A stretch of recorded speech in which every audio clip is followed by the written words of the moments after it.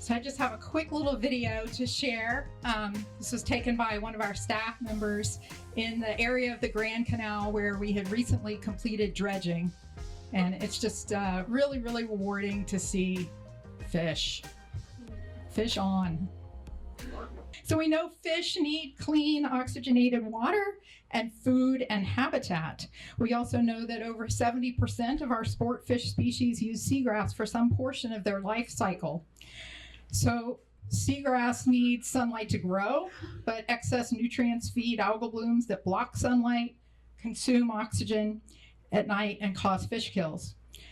The Save Our Indian River Lagoon program is focused on reducing and removing pollution to prevent excessive algae blooms, protect oxygenated water, and facilitate the recovery of the vast seagrass meadows that support our world-class diversity and abundance of fish and marine life.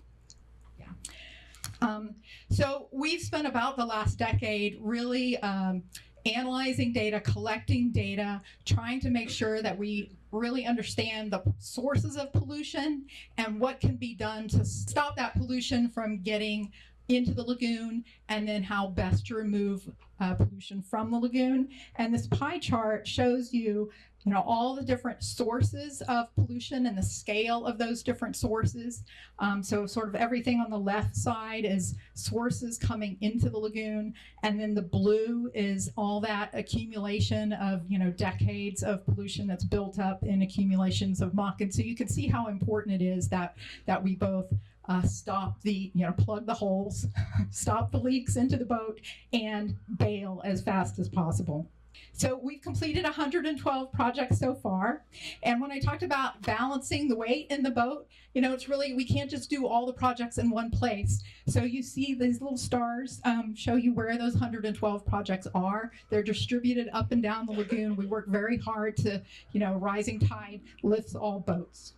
So, it was hard, really tough getting started, getting projects off the ground, figuring out what they needed to be, getting them designed and permitted and out to bid and getting contractors on board. And then COVID hit and there were supply chain issues, right? So really slow ramp up, but we're on this exponential growth curve. We're really making progress now, reducing excess nutrient loads.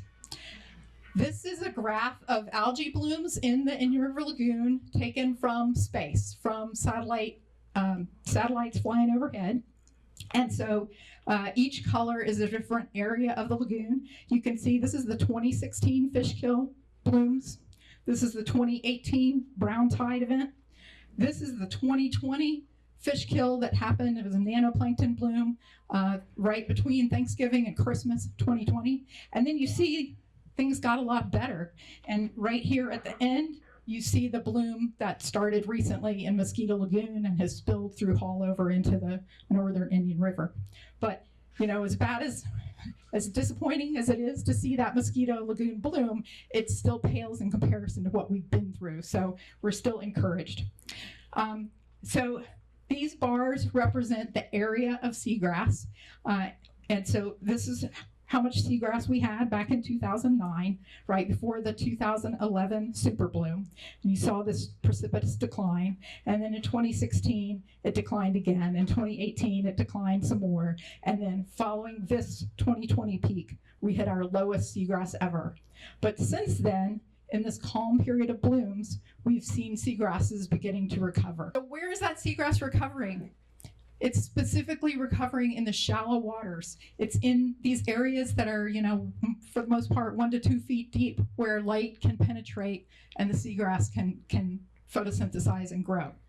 But if we want to have those vast meadows again to support our fish, we've got to get the seagrass growing deeper and deeper and be able to cover the entire lagoon bottom out in 5 and 6 foot water depths. So that means we've got to have clear enough water, clean enough, clear enough water to be able to let sunlight penetrate to those deeper depths, right? We also have to complement that with regulatory reform. We have to stop making the same mistakes. And we are changing city and county and state rules, on all sorts of fronts. So in sum, what we're doing is working.